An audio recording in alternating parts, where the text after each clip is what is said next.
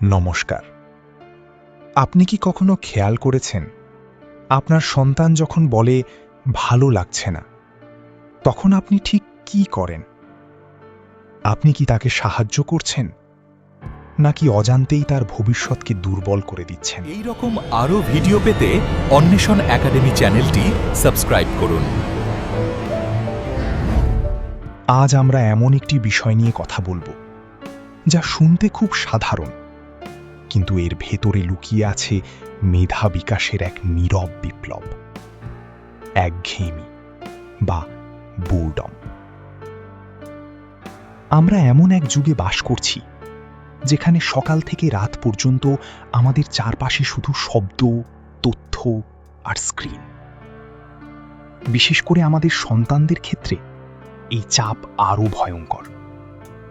চোখ খুললেই smartphone, TV, online class, game.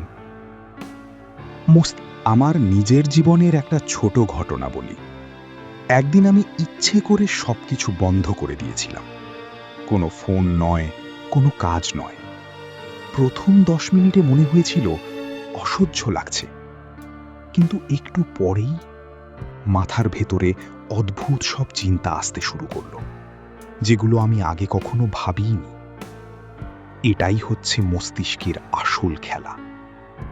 যখন বাইরের কোনো উত্তেজনা থাকে না, তখন আমাদের মস্তিষ্কের একটি বিশেষ অংশ সক্রিয় হয়, ডিফল্ট মোড নেটওয়ার্ক।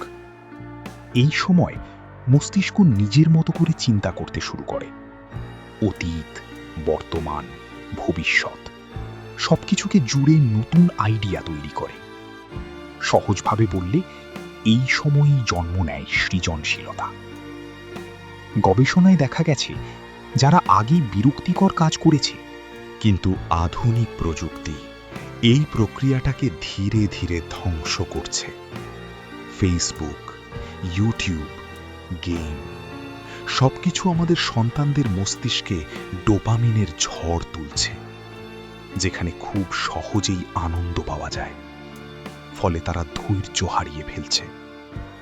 বই পড়া, চিন্তা করা, গভীরভাবে শেখা এসব তাদের কাছে কষ্টকর হয়ে উঠছে। তাদের মনোযোগ কমে যাচ্ছে। তারা সবসময় বাইরের উত্তেজনার উপর নির্ভরশীল হয়ে পড়ছে। এই জায়গাটা খুব ডেঞ্জারাস, কারণ একবার মস্তিষ্ক এই ইনস্ট্যান্ট ডোপামিনে অভ্যস্ত হয়ে গেলে তখন সে আর গভীর চিন্তা করতে চায় না। আমি নিজের চোখে দেখেছি, অনেক বাচ্চা 1 মিনিটও চুপ করে বসে থাকতে পারে না, কারণ তাদের মাথা সব। অথচ ইতিহাস আমাদের সম্পূর্ণ উল্টো কথা শেখায়। ভাবুন তো, 1665 সালের সেই নিঃশব্দ দুপুর, চারদিকে প্লেগের আতঙ্ক, রাস্তাঘাট ফাঁকা। এক তরুণ বিজ্ঞানী একা বসে আছে বাগানে।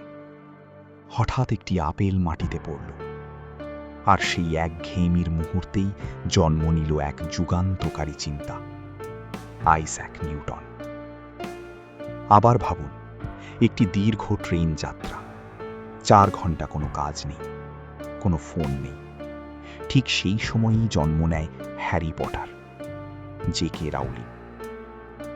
স্টিভ জবস বলেছিলেন, আমি একঘেয়েমিতে বিশ্বাস করি, কারণ সেই ফাঁকা সময়টাই তাকে ভাবতে শিখিয়েছে।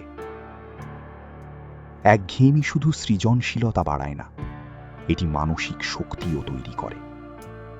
জীবন সবসময় মজার হবে না, অনেক সময় একঘেয়ে কাজ করতে হবে। যদি ছোটবেলা থেকেই শিশু শুধু বিনোদনে অভ্যস্ত হয়, তাহলে বড় হয়ে সে বাস্তব জীবনের সাথে মানিয়ে নিতে পারবে না।